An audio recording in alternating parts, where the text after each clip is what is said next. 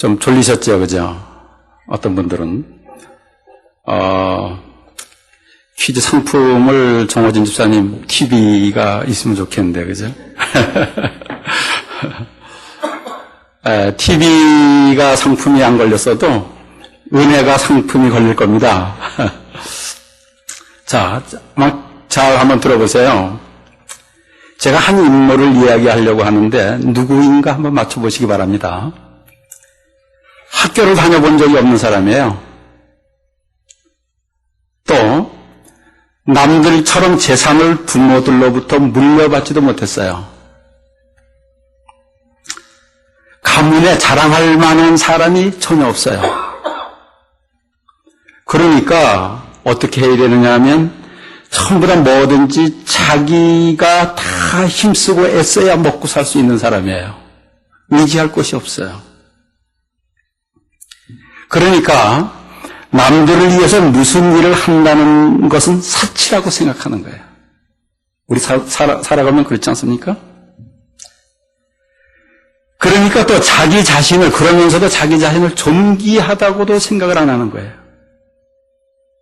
아직도 감이 안 오세요? 아직 누군지 모르시겠어요? 그런데 좀 자기 위치가 좀 괜찮아졌다라고 생각이 들으니까 그 다음에 욕심도 생기고 또 질투도 생기고 이기심도 생기고 또 못쓸 마음이 막 또 나오는 거예요. 성경에 이런 인물들이 참 많은데 이제 여기까지 하면 누군지 잘 모르시죠, 그죠? 근데 요거 한마디 하면 여러분이 바로 아실 거예요. 성질이 급해요. 이름은 아시죠? 누구예요? 베드로. 어부예요. 베드로예요. 이 베드로가 처음엔 그랬다고요. 자기 자신을 존귀한 자로 여기지도 않아요. 그런데 자기 자신을 존귀한 자로 여기는 사람으로 변화가 되더라고요. 그래서 베드로전서에서 자기 스스로를 왕 같은 제사장이라고 얘기를 해요. 꿈도 없이 살았어요, 베드로는.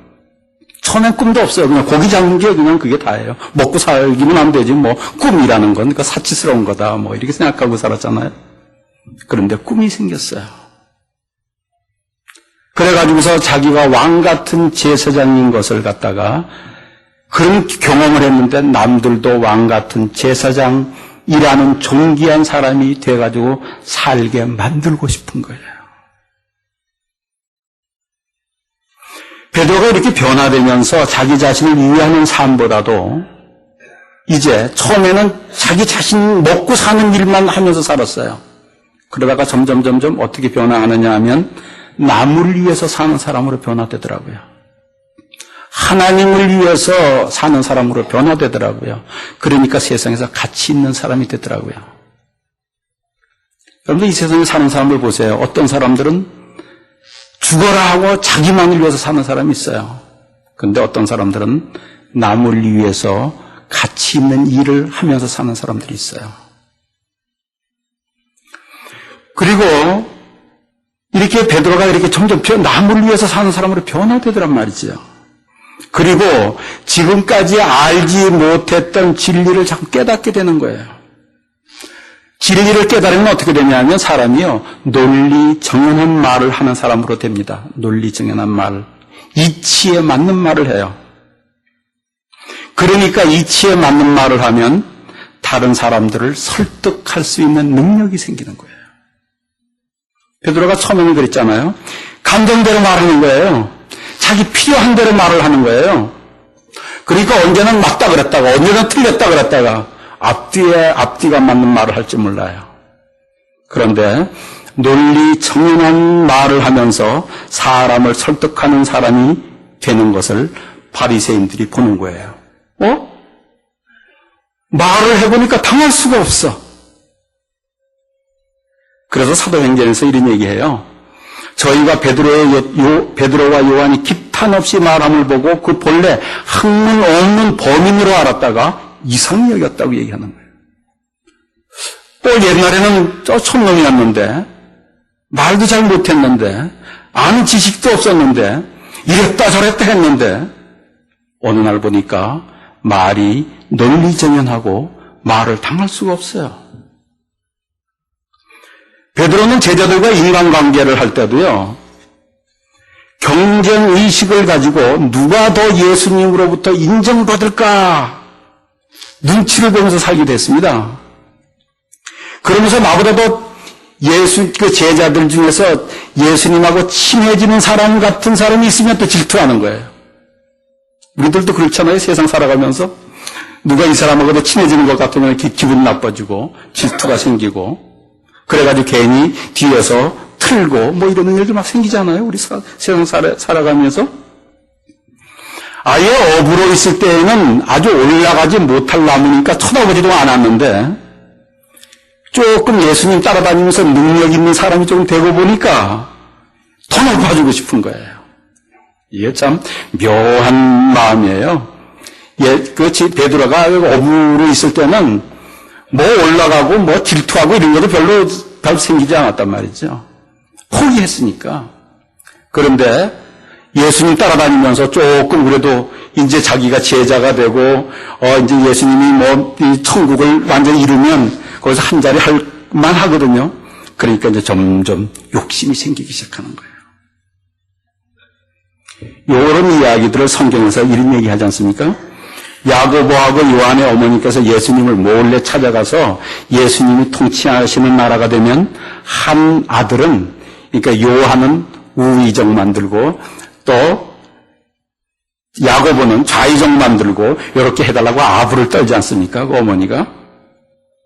이러한 사실을 제자들이 다 알아요. 들켰어요. 그러니까 그 제자들이 뭐라 그러는지 아십니까?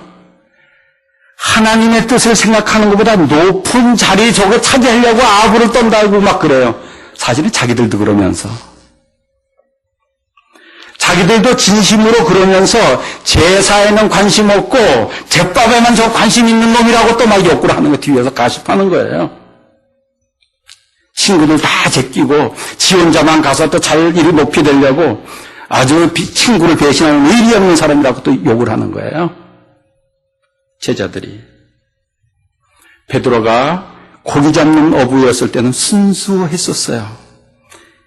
아예 높이 되려고 생각도 안 해봤어요. 그런데 제자가 되어가지고서 이제 뭔가 좀 높이 될 게 보이니까 높이 되려고 하는 마음, 시기하는 마음, 경쟁하는 마음, 질투하는 마음, 모함하는 마음까지 생겨나는 거예요.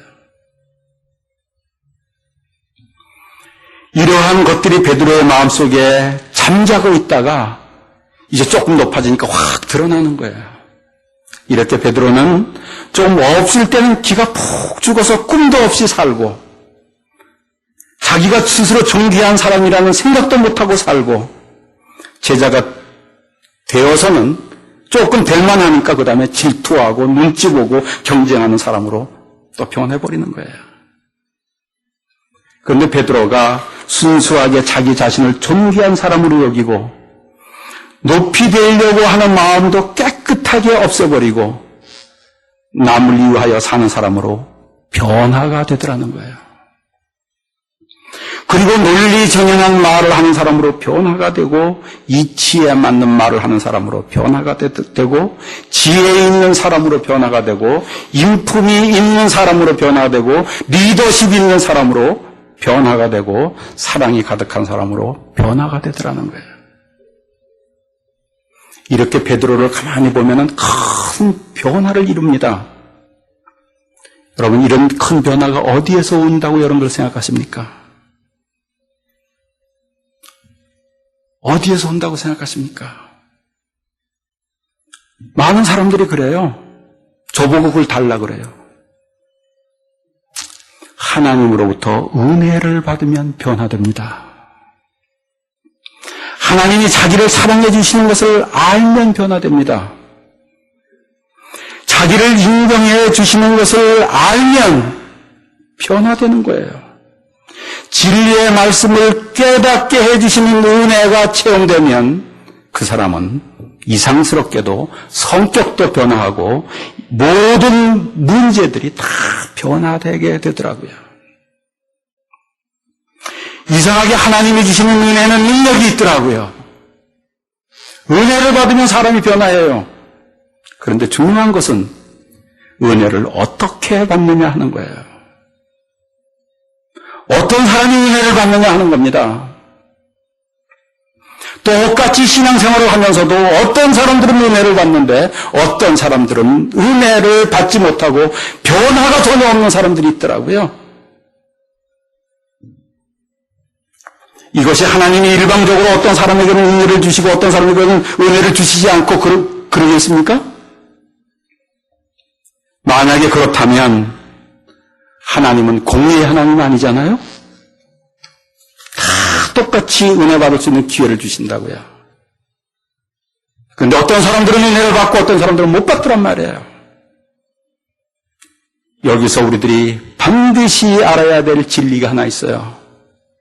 은혜는 낮은 곳으로 임하더라는 거예요. 낮아지면 낮아질수록 더 큰 은혜가 낮아진 심령에게 임하더라는 거예요.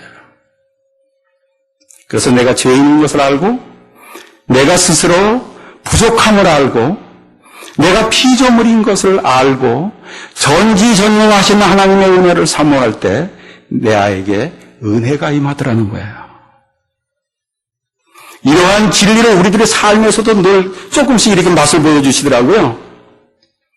내가 아는 것보다 모르는 것이 많은 것을 알면 알수록 이상하게 내 귀가 열리던데요. 들을 수 있는 자세가 생기던데요. 배우려고 하는 마음이 생기던데요. 여러분 그렇지 않습니까? 하나님의 말씀 속에 있는 보화를 캐고 싶은 마음이 생기던데요. 내가 모른다는 것을 아니까. 내가 피조물이 있는 것을 아니까.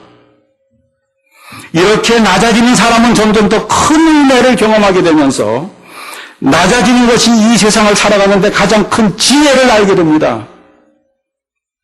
이 진리를 모르는 사람은 낮아지는 것이 미련한 것이라고 하게 되잖아요. 그리고 자꾸 자기를 높이려고 애쓰니다. 자기 실력은 5밖에 안 되는데 10이라고 높이고 싶어요. 그래서 사람들은 뻥튀기도 하고 거짓말도 하고 그러는 거 아니겠어요? 그런데 그러면 그럴수록 점점 하나님하고는 거리가 멀어지고 은혜는 떨어지고 은혜를 받지 못하고 마음은 강팍해지는 거 아니겠습니까? 놀라운 진리예요. 그래서 하나님께서는 베드로를 훈련시키면서 맨 나중에 완전히 땅에 떨어뜨려 버려요. 완전히 낮아져서 완전히 나는 아무것도 아니라는 생각을 할 수밖에 없는 그런 지경에 떨어뜨리더라고요. 여러분 잘 아시지 않습니까? 예수님께서 제자들에게 말씀을 하십니다. 내가 오늘 밤 너희들이 나를 다 버릴 거야. 내가 체포될 거야. 이 소리를 들은 베드로가 뭐라 그럽니까? 다 주를 버릴지라도 나는 절대로 버리지 않겠습니다. 막 그러잖아요. 그러니까 예수님께서 다시 말씀을 하세요. 내가 진실로 너에게 이르노니 오늘 밤 닭 울기 전에 내가 3번 나를 부인하리라 그래요.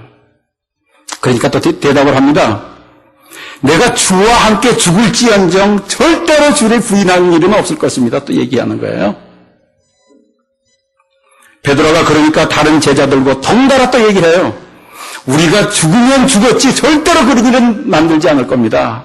그래요. 그날 밤이에요. 그날 밤. 바로 그렇게 자신만만하게 얘기하던 그날 밤 예수님이 체포가 됩니다. 그리고 군인들이 예수님을 끌고 대제사장 앞으로 가잖아요. 끌고 가면서 가만히 보니까 베드로가 보니까 예수님을 주먹으로 치는 거예요. 어떤 사람들은 뺨으로 때리는 거예요. 이 광경을 바라보는 베드로는 참으로 이해가 되지 않았을 거예요. 죽은 자도 살리시고 거친 풍랑도 담쟁하게 하시는 예수님이 저렇게 힘없이 당황이만 할까? 안타까운 마음을 가지고 지켜보고 있었어요. 이럴 때 한 하녀가 와서 얘기를 하지 않습니까? 여기도 예수하고 함께 같이 있던 사람이 여기 있네. 얘기를 하는 거예요. 이 소리를 들은 베드로가 하나에게 이런 얘기를 합니다. 이 여자가 무슨 소리를 하는 거야? 도대체 너는 알지도 못한 얘기를 하고 있네? 당신이 무슨 얘기하는 거야? 아주 오리발 싹 내밀잖아요. 지금 무슨 일이 벌어지고 있는지조차도 모르고 있다는 것을 강조하면서 예수님하고는 아무런 관계가 없다고 도망가잖아요. 그러면서 생각했을 것입니다. 빨리 여기 빠져나가야지. 그래가지고 빠져나가면서 문을 앞에 딱 나가는데 또 한 하녀가 오더니 소리를 지르는 거예요. 또 이번에는 나사렛 예수와 함께 있던 자가 여기 있다고 또 소리를 지르는 거예요. 그러니까 베드로가 같이 소리를 질러요. 나는 저 사람을 전혀 몰라요. 그러니까 이 광경을 보던 주위 사람들이 맞아, 제가 저기 그 예수님과 같이 있었어. 이 소리를 들은 베드로가 다급해졌어요. 그리고 얘기를 합니다. 그 미친놈 왜 저주받을 짓을 해가지고 애매한 사람까지 이렇게 고생을 시켜. 나는 내 생명을 걸고 얘기하지만 나 저 인간 진짜 몰라요. 베드로가 그러지 않아요? 이런 말을 딱 하고 났는데 달기에 꼬꼬댁 하고 울더라고 얘기하잖아요. 이렇게 달기 울기 전에 내가 나를 3번 부인이라고 하신 말씀이 이때 생각이 나는 거예요. 그리고 베드로는 자기 자신의 못난 모습을 보는 거예요. 정말 예수님이 자기들에게 자기가 잡혀갈 것이라는 말씀을 했을 때 정말 의를 지켜서 그런 일이 없게 할 것이라고 장담을 진짜로 했는데 막상 그 입장이 되니까 자기가 할 수 없더라는 것을 고백하는 거예요. 자기가 피조물인 것을 보는 거예요. 연약한 모습을 보는 거예요.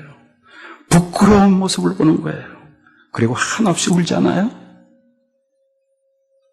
여러분, 내가 낮아져서 나의 부끄러운 모습을 볼 때 하나님의 은혜가 그 자리에 임합니다.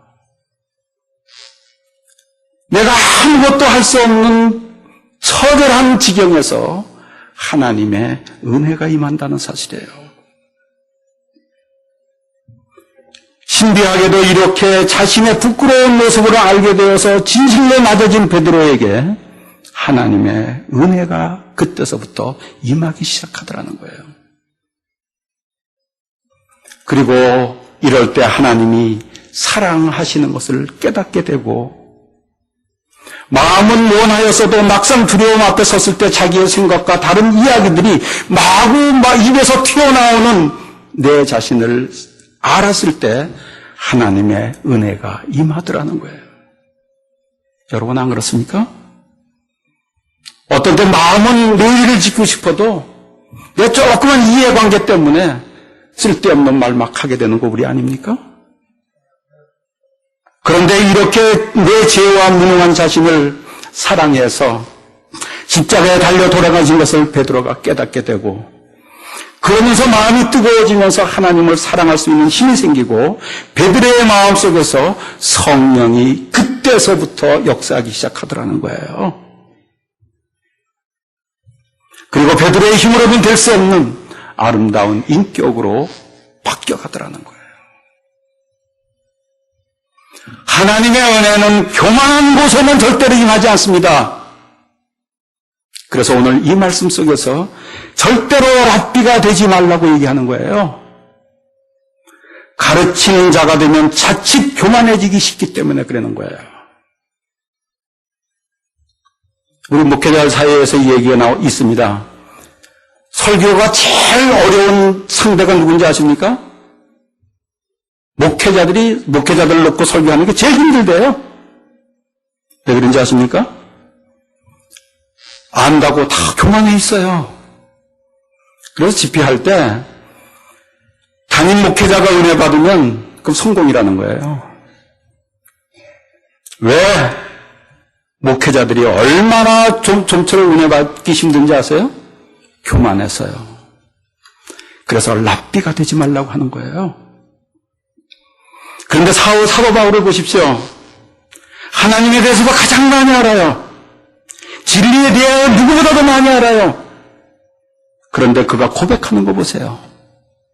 나는 죄인 중에 괴수라고 얘기하잖아요. 또 뭐라고 얘기합니까? 만삭되지 못하여 난 자신으로 표현하고 있잖아요. 자기가 칠뜨기라는 게 칠뜨기. 낮아진 것이에요. 그러니 그 낮아진 곳에 은혜를 받으면서 하나님께서 역사하시는 그 역사를 통해서 사도 바울은 큰 일을 할 수가 있었다고 얘기하는 거잖아요. 그리고 마태복음 23장 9절에서 이러한 말씀을 하십니다. 아주 재미나는 말씀이에요. 땅에 있는 자를 아비라 하지 말라 얘기해요. 랍비가 되려고 하지도 말고 가르치려고 그러지 말고 땅에 있는 자를 아비라 하지 말라. 여러분, 저는 이 말씀의 그 뜻을 모를 때는 성경 읽기 싫어졌어요. 땅에 있는 우리 아버지 보고 아버지라 그러지 말라는 성경을 읽고 싶겠어요, 여러분? 아버지를 아버지라 그러지 부르지 말라 그러면 그보다 더 큰 불효가 어디 있습니까? 이 말씀을 왜 할까? 이 말씀을 왜 할까? 그런데 이 말씀이 이해가 되는 거 있죠. 저는 어릴 때 아버지가 이 세상에서 가장 지식이 많은 분인 줄 알았어요. 아주 어릴 때. 말 배우고 뭐 조금 더 이래 한 4살, 5살 이럴 때 우리 아버지보다 힘센 사람이 이 세상에 하나도 없는 사람인 줄 알았어요. 그래서 친구들 사이에서 문제가 생기면 바로 전 누구한테 가는지 아십니까? 우리 아버지한테 뛰어가는 거예요. 우리 아버지가 가장 든든한 백이에요. 그런데 이상하게도 내 뒤에 든든한 아버지의 백이 있으면 내가 교만해지더란 말이죠. 이 세상에 여러분 보십시오. 세상에 자기 아버지가 뭐 장관이고 뭐고 높잖아요. 돈도 많고 그러잖아요. 그럼 그 자식들은 교만해지던데요? 그렇지 않습니까? 그래서 마태복음 23장 9절에서 땅에 있는 자를 아비라 하지 말라. 너희 아버지는 하나이시니 곧 하늘에 계신 자시니라. 육신의 아버지 때문에 교만해지지 말라는 거예요. 육신의 아버지는 온전하게 의지할 상대가 아니라는 거예요. 그런데 우리들이 이 세상을 살아가다 보면 좀 남들보다 잘하는 것이 있어도 교만해지고, 좀 남들보다 가진 것이 있어도 교만해지고, 아는 것이 있어도 교만해지고, 아버지가 누구보다 좀 높으면 교만해지고, 그게 우리들의 모습 아니에요? 아무리 나에게 좋은 것이라도 그것이 나에게 교만한 마음이 들게 한다면 그것은 나에게 원수가 됩니다. 원수가 돼요. 그리고 나에게 주어지는 하나님의 은혜가 다 뺏겨버리더라는 거예요. 숫닭 2마리가 있었습니다. 숫닭이. 암탉이 10마리가 있었습니다. 이 숫닭 2마리가 5마리씩, 5마리씩 암탉을 이렇게 나눠가지고 좋겠는데 이 욕심이 생겨가지고 숫닭 2마리가 서로 싸우는 거예요. 10마리를 다 가지려고. 죽기 살기로 싸우는 거예요. 죽기 살기로 싸우는 거예요. 서로 가서 쪼고 또 그래서 막 싸우는 거예요. 그러다가 한 마리가 이겼어요. 한 마리를 이기고 나니까 10마리 암탉이 다 내 것이에요. 얼마나 기분이 좋은지 말이에요. 휙 날라가지고 지붕 꼭대기로 탁 올라가 앉아가지고서 꽉 소리를 지르는 거예요. 기분이 좋아가지고. 근데 꼭 소리를 누가 들었느냐면 독수리가 들은 거예요. 독수리가. 딱 듣고서 보니까 웬 맛있는 모기가 나 잡아가세요 하면서 지붕 위에서 막 소리 지르고 있는 거예요. 독수리가 횡절한 거예요. 교만하면 사단에게 가장 좋은 먹잇감이 된다는 거 여러분들 아십니까? 사단에게 좋은 먹이가 되면 불평이 나오고 자기는 괜찮은 사람인데 어려운 환경을 만나서 그렇다고 환경 탓하게 되고 자기는 괜찮은 사람인데 못된 사람 만나서 내가 은혜를 못 받는다고 얘기하고 뭐 이렇고 저렇고 그러잖아요. 그러면서 교만한 사람은 더 어려움을 큰 어려움으로 만들고 좋은 일은 결국 사람들에게 인심을 잇는 일로 만들어버리잖아요. 그러나 겸손하면 복을 아름다움으로 만들어요. 낮아지면 나한테 복을 더 큰 복으로 만들어버리더라고요. 여러분들 이 이야기 잘 아실 겁니다. 요셉이 형들에게 노예로 팔려가지만 어디서든지 하나님의 말씀대로 살면서 결국 애굽의 총리 대신이 되잖아요. 그리고서 흉년이 들어서 모든 사람들이 굶어 죽을까봐 이렇게 양식을 구하러 온 사람들에게 양식을 나눠주고 있잖아요. 이때 거기에 누가 옵니까? 자기를 팔아먹은 형제들이 오잖아요. 원수를 왜 나무들에서 만난 거예요? 이때 형들이 두려워 떨면서 요셉 앞에 와서 넙죽 절을 하면서 아부하잖아요. 우리는 당신의 종이니이다. 이때 요셉이 참으로 멋진 말을 합니다. 형들이여 두려워 마소서. 내가 하나님을 대신하리이까. 내가 하나님을 대신하리이까. 당신들이 나를 헤아려 하였으나 하나님은 그것으로 손으로 바꾸사 오늘같이 만민의 생명을 구원하게 하셨으나니 당신들은 두려워 마소서. 총리가 대신이 되어서 원수 갚을 일이 생겼어도 하나님을 생각하고 하나님의 종이 된 생각을 하고 낮아지니까 그 일들을 아름다움으로 만들어서 성경에 기록되게 만들더라는 거예요. 여러분, 낮아지십시오. 억지로 낮아지려고 그러지 마시고요. 내 자신을 보세요. 내 자신을 보세요. 부족한 거 많잖아요. 내일 일도 모르잖아요. 너무 어리석은 우리들이잖아요. 그런데 우리들은 내 모르는 것을 몰라요. 내 부족한 것을 몰라요. 내 속에 있는 더러운 마음들을 몰라요.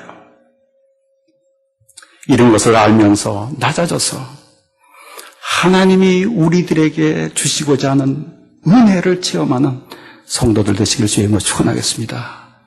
그래서 그 은혜의 능력으로 이 세상을 살아가는 성도들 되시길 주님으로 축원하겠습니다.